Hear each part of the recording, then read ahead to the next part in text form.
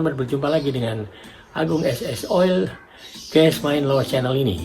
Adapun episode lanjutan pada hari ini yaitu terkait dengan geopolitik, narasi NATO, aliansi defense pertahanan vs ekspansi NATO merupakan ancaman bagi national security daripada Rusia. Presiden Joe Biden dari Amerika Serikat itu secara mendadak datang melakukan summit meeting ke Brussels 24 Maret 2022. G7 dari Uni Eropa, dari Amerika, dan dari NATO.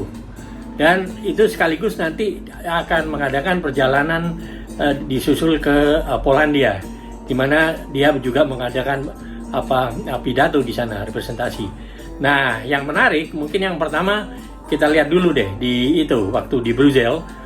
Nah, di Brussels itu nampaknya itu Amerika Serikat dan negara aliansi Barat itu menghendaki agar Rusia itu tidak menjadi anggota G20. Minta kepada ketua G20 yaitu yang saat ini diketuai oleh Presiden Jokowi itu untuk tidak mengundang di dalam summit G20 di Bali. Ini tentu saja diprotes oleh pihak daripada Republik Rakyat Cina. Nah, kita nanti lihat perkembangannya, dan nampaknya Joe Biden itu mengerti bahwa kalau emang sekiranya jika Indonesia tetap mengundang di G20 di Bali tanggal 20 November 2022, Ukraina juga diundang dalam G20 Summit Meeting di Bali tersebut yang kurang lebih diadakan bulan November 2022. Yang pertama. Nah, yang kedua itu adalah pidatonya dia di Polandia. Dan di sini kalau di Polandia kan itu khususnya di Warsawa, di kota Warsawa, itu tentunya audiensnya banyak sekali. Selain audiensnya adalah masyarakat pimpinan daripada Polandia, itu juga ada beberapa representasi perwakilan dari Ukraina di sana. Nah, karena dia berada di Polandia dan di mana hadirin audiensnya yang dia adalah sebagian orang Polandia, baik pejabat Polandia juga hadir di sana maupun juga dari beberapa representasi perwakilan dari Ukraina, maka dia menceritakan mengenai long struggle ya, daripada perjuangan untuk battle for freedom, itu istilahnya dia. Itu misalnya dari battle for freedom ini menjalar di, misalnya dia sebut di Hungari itu tahun 1956, sebagaimana kita ketahui itu tentara Uni Soviet itu masuk ke dalam Hungari tahun 1956 karena ada uprising untuk adanya pergantian demokrasi, tapi akhirnya diduduki oleh Uni Soviet pada saat itu, sehingga membutuhkan kurang lebih 30 tahun bagi Hungari untuk bisa akhirnya melepaskan diri daripada Uni Soviet.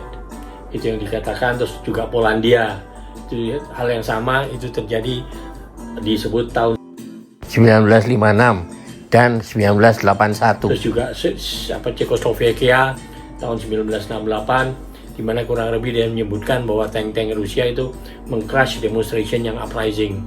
Nah, ini cuman resistance katanya di dalam pidatonya itu akan berlanjut terus, sehingga dia sebutkan misalnya pada saat waktu Berlin Wall itu jatuh ya tahun 1989, dan juga segala macam tembok yang under the Soviet domination, dia bilang mereka roboh, they fell gitu.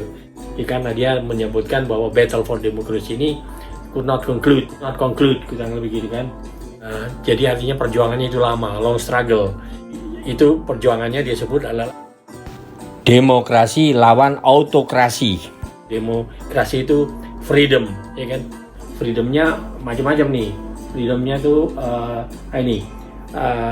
fair and free election disebut. Freedom to speak disebut. Freedom to write and assemble. Terus freedom press. Freedom to worship as one chooses. Nah, itu dia bilang in the free society these democratic principles are very significant.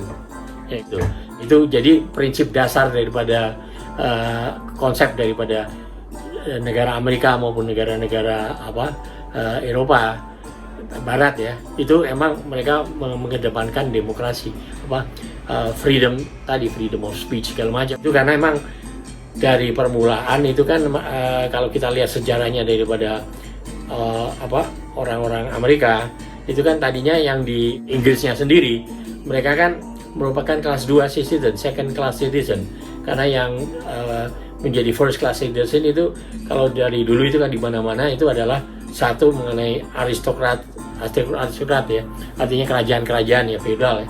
Nah terus juga yang punya tanah banyak yaitu landlord. Nah sehingga kurang lebih orang selain bangsawan ya, kerajaan maupun orang selain tuan tanah landlord itu merasa dirinya second class citizen, sehingga untuk merubah nasib itu mereka akan keluar dari tempatnya. Nah makanya mereka akhirnya cari tempat, ada yang ke Amerika, ada yang ke Kanada, juga yang ke Australia ya, kita emang itu perjuangan mereka, sehingga justru di situ mereka ingin equality before the law ya kan, itu yang diperjuangkan, intisarinya begitu. Jadi emang ibaratnya sampai akhirnya kan kalau di Amerika menimbulkan akhirnya satu saat adanya civil war, perang saudara, sama jadi North sama South ya, kurang lebih gitu. Pembentukan dari satu bangsa itu emang perjuangannya panjang. Jadi itu dari visinya Joe Biden ya, lihat yang kita bisa tangkap itu tentunya kalau Rusia itu merasa punya persepsi sendiri hal tersebut, di mana dia kurang lebih intisarinya dia merasa bahwa dengan merdekanya ex-aliansi sekutu Soviet Uni tadi, pada akhirnya mereka semua kebanyakan terus masuk ke dalam anggota NATO karena memang ada NATO expansion itu kan.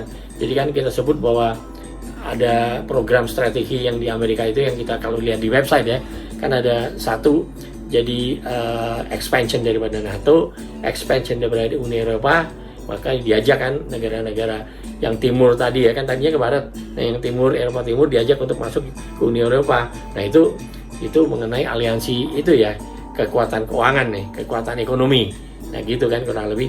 Nah yang ketiga itu adalah mengembangkan demokrasi tadi.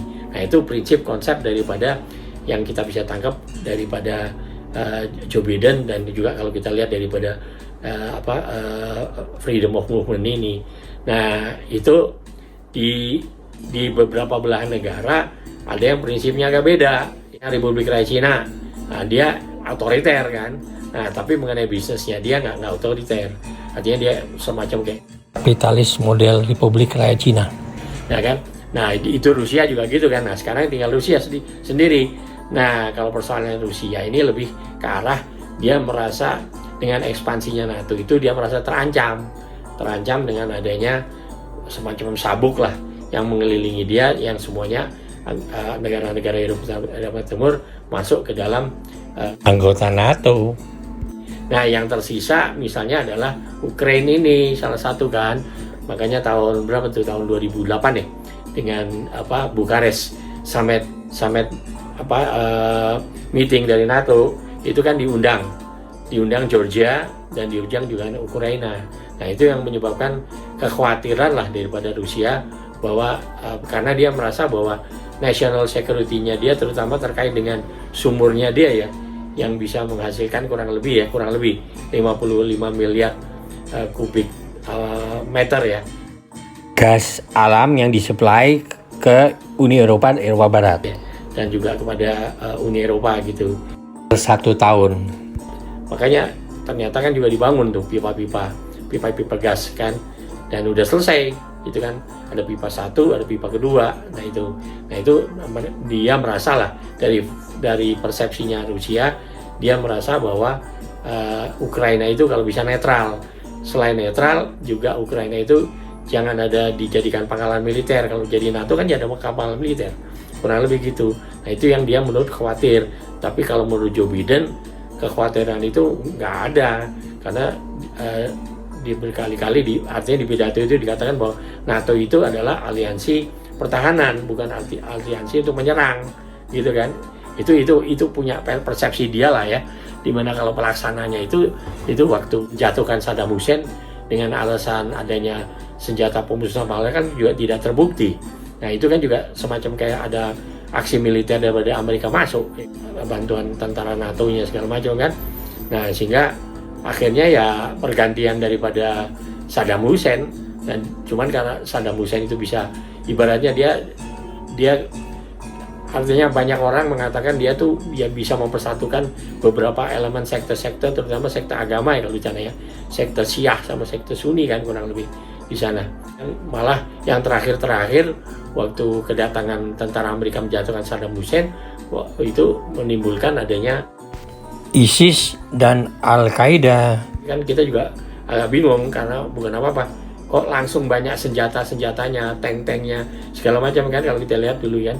Nah sehingga nggak tahu lah ini sebenarnya apa yang terjadi, tapi itulah perebutan kekuasaan, apalagi kalau khususnya di daerah situ ada kandungan minyak, gas alam, mineral ya kan.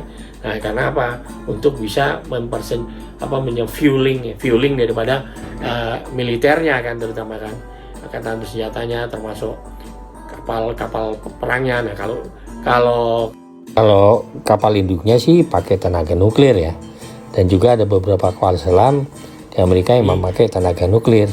Makanya Amerika Serikat, Australia dan Inggris membentuk AUKUS ya, Fakta AUKUS, untuk membantu Australia di dalam teknologi kapal selam menghadapi kebangkitan armada Republik Rakyat Cina di beberapa tempat, baik di Filipina, di Jepang maupun di Laut Cina Selatan, termasuk di Natuna, di mana mereka mempergunakan peta lama. Nah, terindikasi bahwa dengan peta lama itu kemungkinan di bawahnya dasar laut itu ada kekayaan gas alam atau minyak atau mineral yang potensial.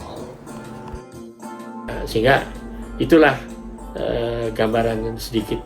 Jadi intisarinya yang hendak kita bicara ini versi persepsi narasi daripada Amerika yang dikumpulkan oleh Joe Biden itu bahwa perjuangan untuk battle for freedom itu jangka panjang, jangka lama, dan itu dia punya istilah berhadapan dengan demokrasi, berhadapan dengan autokrasi gitu. Itu persepsi Biden lah, dan kan ini kan kalau di dunia kan masing-masing punya cara untuk bisa menjalankan pemerintahan masing-masing dengan kebijakan masing-masing ya. Kalau kita lihat sejarahnya, itu yang membentuk Uni Soviet itu salah satu Ukraina selain Rusia ya, dan Belarus gitu. Ya, dia juga bagian daripada yang mendirikan Uni Soviet dulu. Tapi begitu pecah Uni Sovietnya balkanisasi, terpretel begitu ya. Itu pada akhirnya Ukraina juga memerdekakan diri tahun 91 tuh, dan disetujui juga lah oleh Rusia yang merupakan sama-sama anggota mendirikan Uni Soviet tersebut ya. Tapi dengan catatan jangan senjata-senjata yang banyak di sana. Waktu Uni Soviet kan senjatanya banyak juga di-pool di Ukraina. Nah itu kalau bisa semacam demilitarisasi gitu loh, karena Rusia merasa itu daerah harus netral. Oke, mungkin sekian dulu yang hendak kami sampaikan. Sampai di episode lanjutan berikutnya. Oke, thank you ya, terima kasih ya.